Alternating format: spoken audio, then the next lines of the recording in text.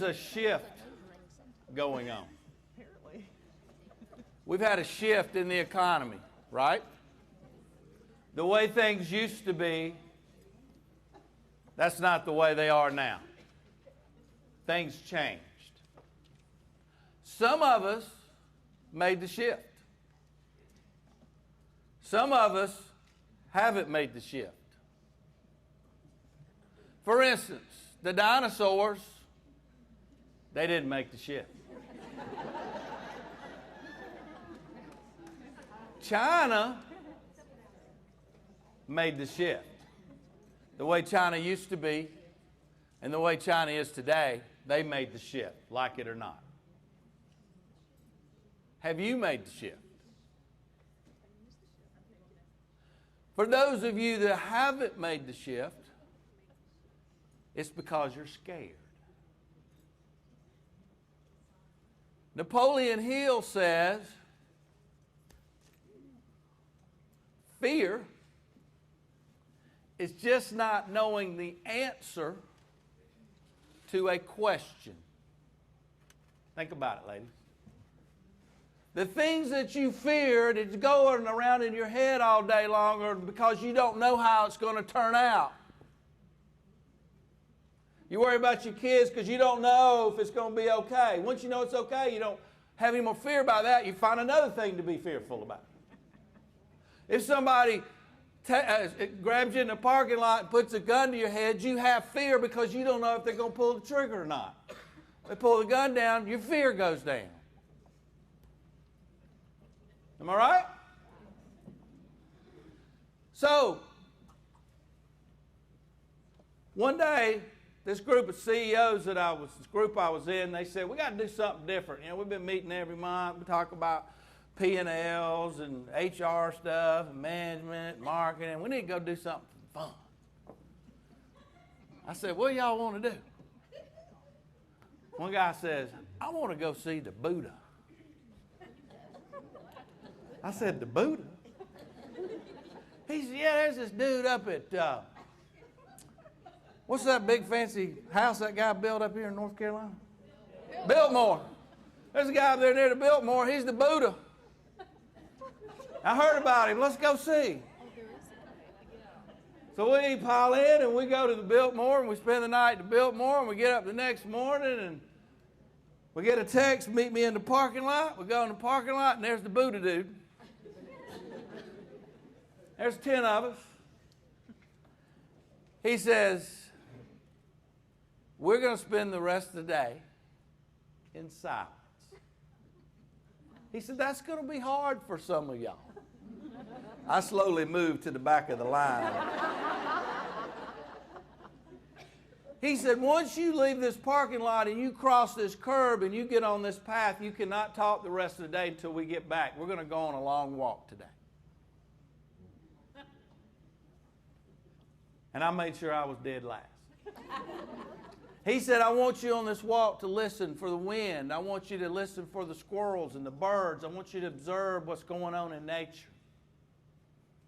He said, the first person goes, the second person can't go till that person's out of sight. So we just slowly filed out through there. It was my turn, and I'm walking, and yeah, I hear the birds and the squirrels, and the wind's blowing, and it's kind of groovy and cool. Walk about a mile, and I get to this grassy knoll, and the Buddha dude had ate all these blankets out. And he says, lay down on the blanket.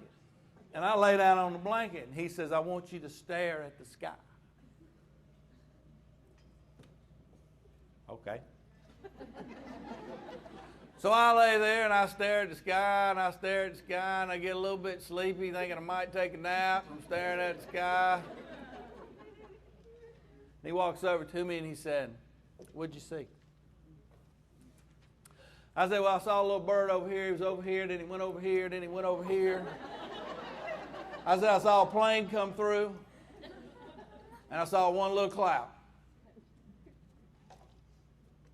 And he told me, he said, your life is like the sky.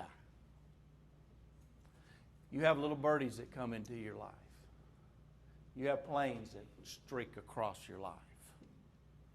You have clouds that come in, rain clouds, sometimes tornadoes, hurricanes come in, and it's terrible. But eventually, it all passes. It'll come back to being blue sky again. It's pretty powerful, isn't it? So I snuck in a few conversations with another friend of mine while we were walking. But anyway, all right. So I get invited to the Federal Reserve Bank in Atlanta. They have 7 dinners a year, and somehow this redneck got an invitation, and I don't know how I got this invitation. Because I show up, and it's a who's who of everybody in Atlanta. It's unbelievable. And I've been like 4 times. I still don't know how I got invited. Well, so you walk in, I mean, there's marble, there's ice sculptures, there's shrimp. I mean, the Ritz-Carlton has nothing on the Federal Reserve. White tablecloth dinner, they sit you by people, and these are all famous people of all big corporations in Atlanta, and this lady does this presentation on happiness. For 20 years, she's been studying happiness. With a grant from some college, I assume somewhere. And she says, and I'll boil down her 45-minute speech into about a minute. The happiest people in the world are the people who have the least amount of change. Norway, Sweden, whatever. Happiest people in the world. But the unhappiest people in the world are not only unhappy because of negative change, they're unhappy because of positive change. Any change makes you unhappy. Is that unbelievable? Japan, America, China, the most unhappy people in the world. So when you're not happy at work, it may be because there's some change. It may be some positive change, but it might also be the negative change that you know about. But think about that. It creates stress. It creates fear. If you want to be happy, sit at home, watch TV, and eat bonbons. Pick up Oprah.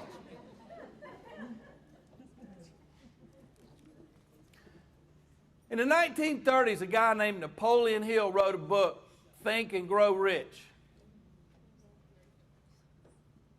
He got a lot of his information. He got interested in it because there was a guy in the early 1900s that wrote a book called As a Man Thinketh. His name is James Allen.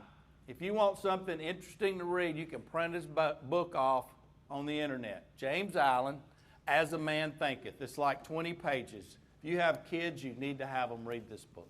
And basically what James Allen says is you are what you think. The essence of his book. He was the forefather of the self-help, Tony Robbins, Zig Ziglar, all that industry. So Napoleon Hill wrote this book, Think and Grow Rich, because Andrew Carnegie paid him to go interview the wealthiest people in the world to figure out what the secrets of success were. And he did, and he wrote the book. The book was highly successful, and Napoleon Hill started going around doing this kind of stuff that I'm doing, and doing motivation and self-talks and all this stuff, and he started making some money. And so he had always had an interest in owning part of a newspaper, because back in the 30s or whatever, that was cool, right, to own part of a newspaper. So he bought into a newspaper in Chicago, and I don't know which one, but one of the big newspapers in Chicago. The guy that owned the newspaper and was also the editor of the newspaper wrote an article one day about the mob and exposed some of the most prominent mobsters in Chicago. The next day, they murdered him, took him out. And word got to Napoleon Hill that since you own part of the paper, you're next. So in the height of his career, Napoleon Hill flees to West Virginia to a cabin of a relative, sends his wife and kids to Arizona, scared that they're all going to be murdered. And while he's at this cabin in West Virginia, he started reflecting on, when I speak, people get motivated, they get all pumped up, but 3 days later it's all gone away, they're back to the same old habits. What can I do to help them sustain some of that thought? So he started writing a book called Outwitting the Devil. And what he did in this book was he set up a conversation with the devil. Devil, why do you make me have this negative thought that I'm afraid something's going to happen to my kid? Why do you make me have this negative thought that I'm afraid I might lose my job? Why are you going to make me have this negative thought that my relationship with my spouse is not going well? And the devil basically says back to him, because that's my job. And you know what, Napoleon? I'm winning 97% of the time. Well, Napoleon Hill, when they'd all calmed down, he showed his wife the book. She read the book. She said, you cannot publish this book. It's too controversial. And so the book never got published. Napoleon Hill died. Napoleon Hill's wife died. And about 2 years ago, the Napoleon Hill Foundation or whatever, a trust, published the book. If you want a great book to read, Napoleon Hill, Outwitting the Devil.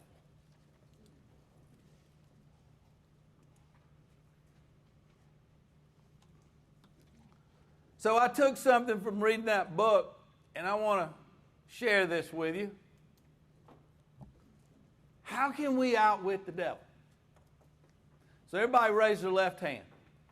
Everybody raise your left hand. Put it right there where you can kind of see it out of your left eye.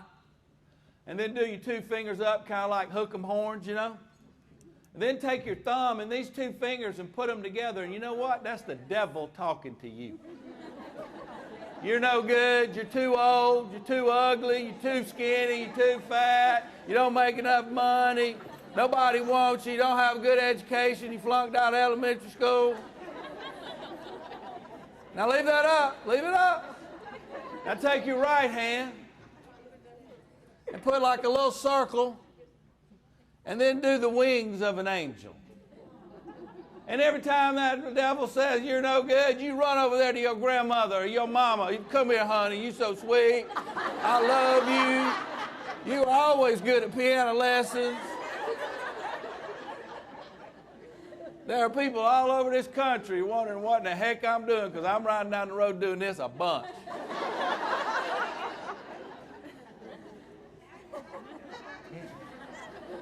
Here's the thing. Here's the thing. If I'm standing here with her and she is trash talking me, I can walk away from that and not listen to it. Right? That's all I'm trying to get you to think about. When you hear this fearful talk, just run over here to something better. You can leave it in your brain because it's just your brain. It's just your conversation. I'm having my own bad conversation. Right? And we think everybody else is having the same thing. And I'm telling you, we're all having the same kinds of conversation, but they're all different.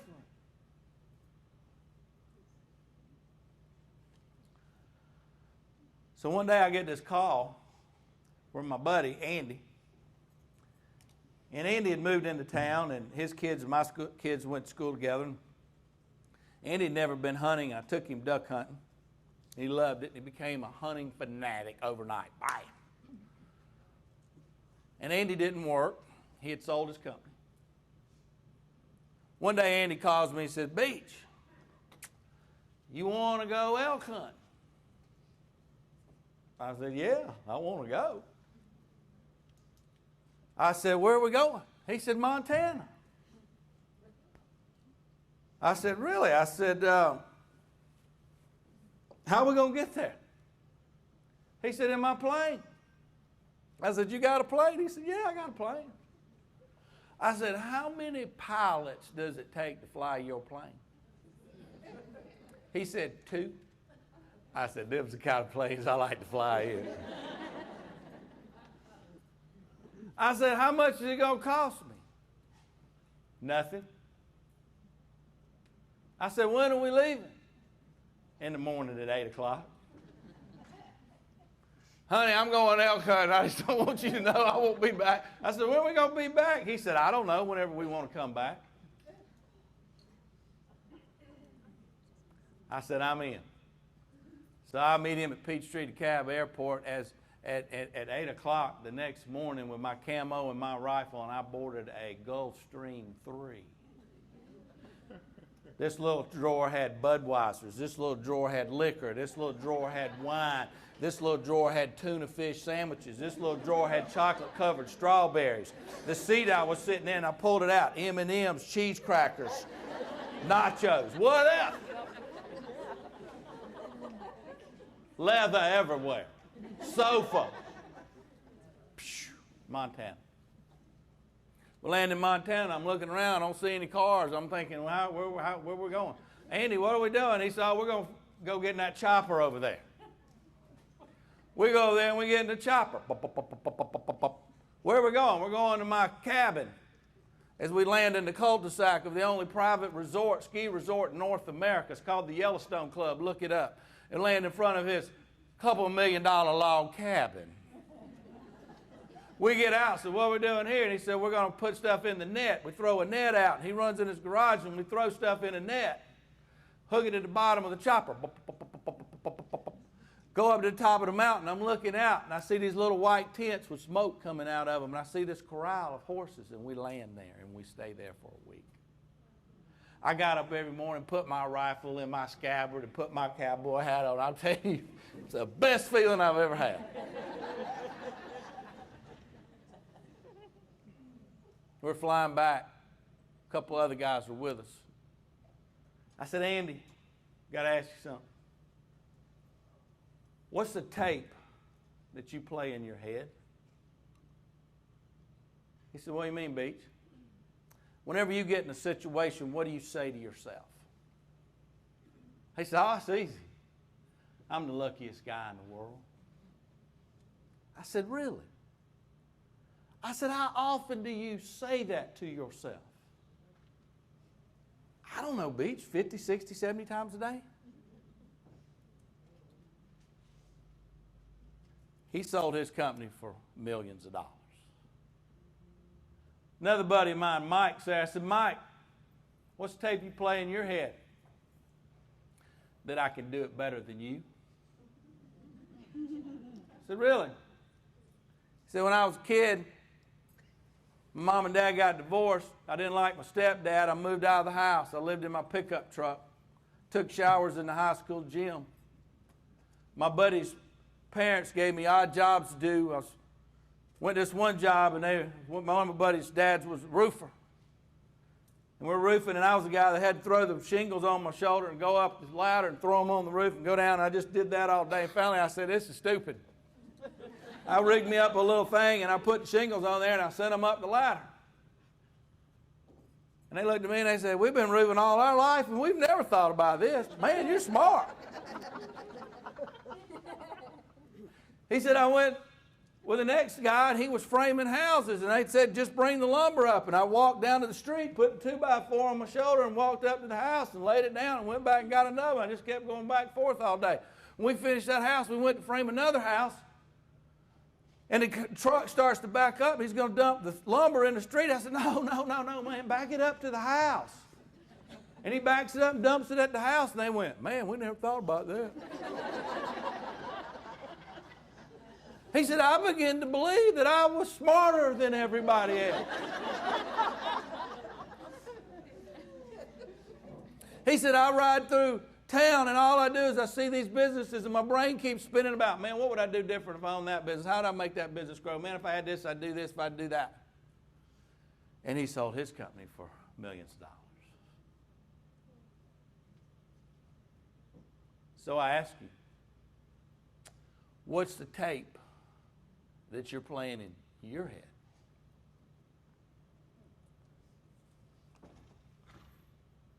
Are you playing a successful tape or negative tape? I want you to take a minute and share with somebody beside you what tape you're playing. And I want you to see what people are thinking. It'll blow your mind. Okay?